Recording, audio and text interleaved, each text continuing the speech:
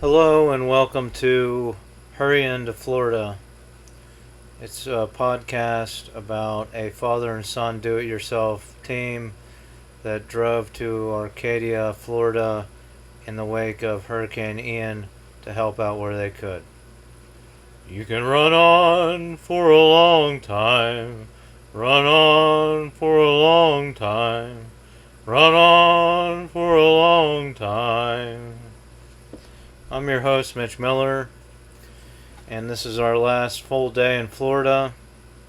We're going to get up tomorrow, drive the 18 hours back to northwestern Pennsylvania. When I punched it in the GPS on the way down, it said 17 and a half hours, but with pulling a trailer fully loaded, doing about 60 to 65 miles per hour, we figured we had about 20 driving hours, 20 hours of driving, not stops for gas, fuel. We really didn't take too much time at the fuel stops, checked the air pressure, and kept on rolling. Brought the trailer down and just delivered some lumber to different people within the RV park today to lighten the load. I've been siphoning gasoline. My dad has 3 15-gallon drums, plastic drums that he keeps gas in that we brought down. We brought 60 gallons of gas. We didn't know what we were coming into. We brought 60 gallons of gas. Those 3 drums plus 3 5-gallon containers. So I've been siphoning gas out of those drums for the past hour and a half. I forgot that when the levels, it's all gravity when you siphon. I bought this hose system from Advanced Auto that has a pumpkin ball rubber pump on it that you can, instead of sucking on the end of a hose, you can pump it with your hands and you get it going, and then it siphons. Gravity pulls the gas from one container to the next. But I forgot it's gravity. So when the containers equalize, when they're the same level, you can't get any more gas out of that container. You have to elevate one of the containers. Anyhow, that's my physics lesson for the day. Siphoning gas.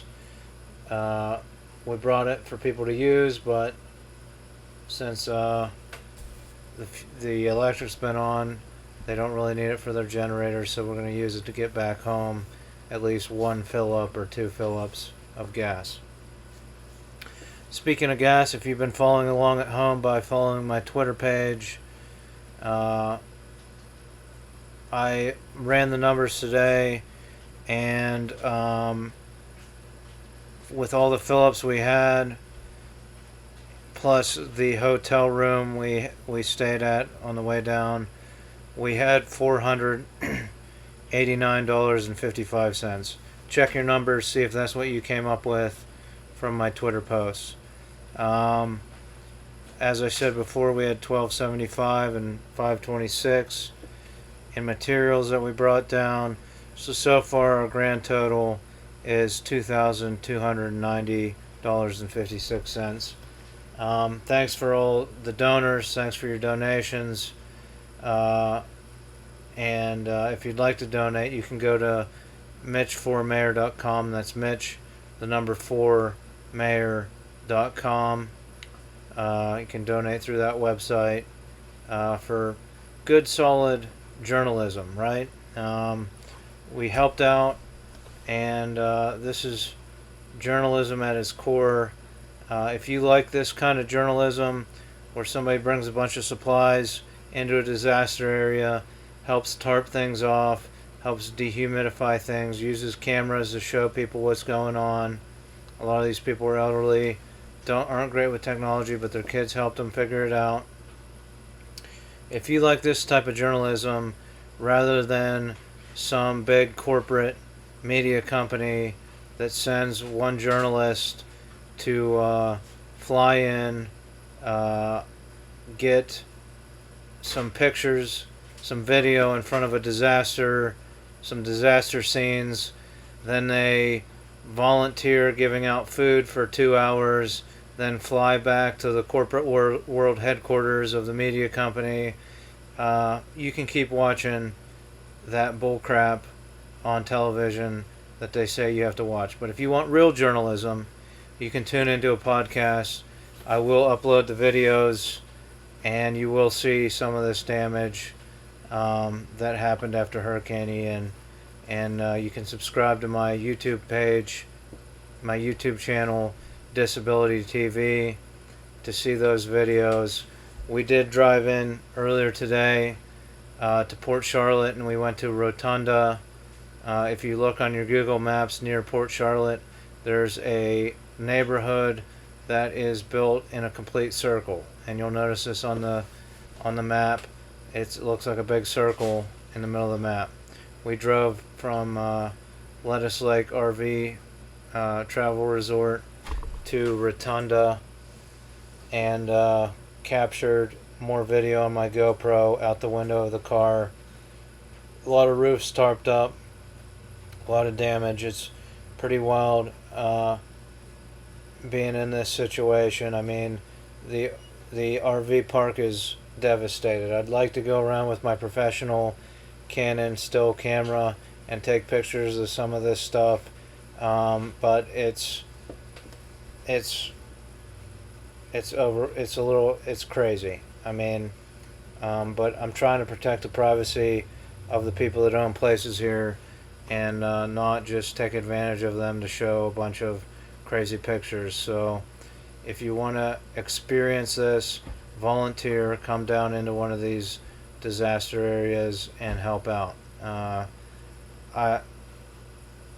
Hopefully I can develop enough of a rapport with people throughout the world to go to these places and deliver these pictures and compensate them. And I have an idea for that if you want to talk to me about it. So that being said, and a lot of it, some of the trailers are overturned, some of the damages is to the trailers, most of it's to the lanais. Lanais are enclosed, screened in or enclosed porches. They're extra living area on these RV trailers. And I was talking to a guy today, and he said, yeah, this part of Florida, they call it lanais. Everybody talks about lanais. You go a little further north in Florida, and it's a sun porch, screened in sun porch. You go a little further in Florida, and it's a sunroom. And you go to West Virginia, and it's a couch on a porch. So that was a little colloquialism I heard today. He's from Ohio. But in all honesty, I mean, I don't know if I'm repeating myself because I haven't listened to I haven't had time to listen to yesterday's podcast. And what I've been doing is podcasting. Then I call my wife, my spouse, and I talk to her. And I don't know if I talked to her about this last night or if it was on the podcast. So I apologize if I'm repeating myself. But talking to some of these people, this Hurricane Ian, just compared to Hurricane Charlie that passed through, and it was a much smaller storm, Hurricane Ian just lingered for hours and hours over this part of Florida and just beat the crap out of it. And that's what I'm hearing around here. So it's pretty wild. A lot of blue tarps on houses when you go into the shingled house areas. We're learning things. We brought lumber down, but most of these lanais are metal. Most of these trailers are metal. We should have brought metal screws, self-tapping screws, more drill bits. Not so much lumber, but more metal roofing. I brought, in addition to our total at $22.90 and 56 cents, I brought some rolled roofing from my house that I've had, some torch app, rubberized roofing that you apply with a blowtorch to stick it down.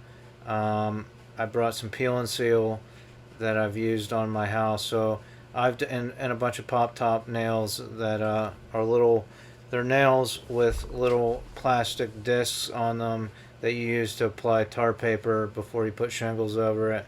It keeps the tar paper from ripping through the nails. It's like a washer. It's like a plastic washer on the nail. We've been able to pull those plastic washers off, put screws through them, metal screws through them, and they're wider than the grommet on a tarp. So we've been able to go through the grommets of the tarps and hold the tarps down. So today started off. What? So we checked on the property that we put a dehumidifier in, made sure that was still running, still dripping stuff off. My dad met an insurance adjuster, let him into another people's house. We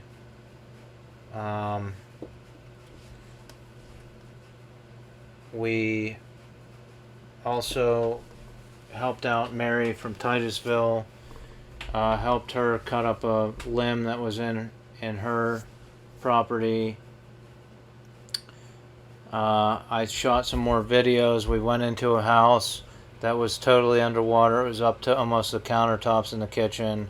Their lanai, the flooring was like a snap-in flooring. It was popping up everywhere. And to get into the main trailer from the lanai, the flooring was so swollen that I couldn't open the door. We got the keys from someone. So I asked permission to pop up that flooring so that we could get in there, and we got some video of that for them. I also took some photos to help with insurance adjusters and things like that. She had a car that was totally underwater, probably a golf cart. It's not a great situation.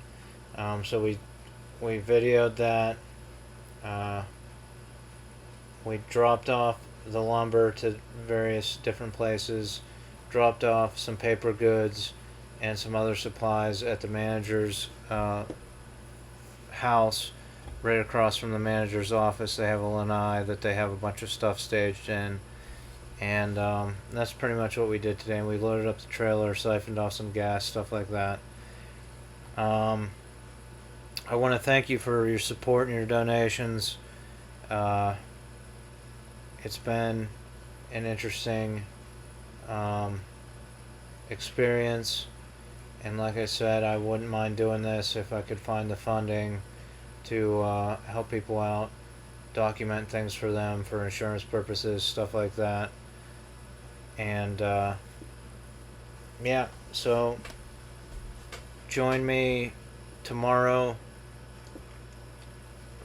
We're going to stay at another hotel after driving all day, and I'm going to do my final podcast. Now, this podcast is free for me to put up. I have 2 hours per month for free, but after 90 days, the podcast expires and it'll be deleted forever. So, 90 days from my first podcast, whatever, October 2nd or whatever that was, or 3rd, that will disappear forever. So if you want to keep this podcast alive, let me know. Contact me through my websites, mitchformayor.com, or any of my other websites, and let me know that you want to keep this podcast alive. It costs $12 per month to keep it alive, and that so that's $144 a year. So thanks for listening. I'd like to thank my sponsors, Krabby Kelly's. If you find yourself in Utica, Pennsylvania, stop by Krabby Kelly's. Get all your STDs at Krabby Kelly's. That's snacks, tobacco, and drinks. I'd like to thank Neon Grouse Embroidery and Screen Printing Shop. Go to neongrouse.com. Contact Nick if you need a logo or design screen printed or embroidered on a garment or clothing. They let me have the week off of work. We're heading back tomorrow, and join me for the final podcast. And I appreciate all your support. Thanks, folks.